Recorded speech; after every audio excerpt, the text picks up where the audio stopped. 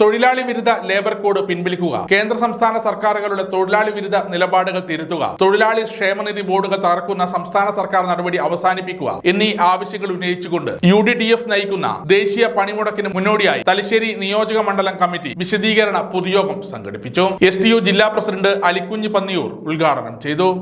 ഈ പ്രാവശ്യം ഈ പണിമുടക്ക് പ്രഖ്യാപിച്ചപ്പോൾ ദേശീയ തലത്തിൽ ഒന്നിച്ചാണെങ്കിലും കേരളത്തെ സംബന്ധിച്ചോളം, കേരളത്തിന്റെ സാഹചര്യങ്ങളെ സംബന്ധിച്ചിടത്തോളം പരിശോധിച്ചപ്പോൾ ഇത് കേന്ദ്ര ഗവൺമെന്റിന് മാത്രമല്ല, കേരള ഗവൺമെന്റിനും അതായത് പങ്ക് കേന്ദ്ര ഗവൺമെന്റ് നടത്തുന്ന അതേ തൊഴിലാളി വിരുദ്ധ നയം കേരളത്തിലെ പിണറായി സർക്കാർ സ്വീകരിച്ചിരിക്കുന്നു എന്നതാണ് നമുക്ക് കാണാൻ കഴിയുന്നത്. ഇവിടുത്തെ 16 ക്ഷേമനിധി ബോർഡുകളിൽ നിന്ന് 11 ക്ഷേമനിധി ബോർഡുകളിലും കുടിശ്ശിക. ഇവിടെ 2006 കോടി രൂപ കുടിശ്ശിക ഇനത്തിൽ വിവിധ ക്ഷേമനിധി പദ്ധതിയിൽ ഉള്ള ആളുകൾക്ക് ഈ സർക്കാർ, കേരള സർക്കാർ നൽകാനുണ്ട്.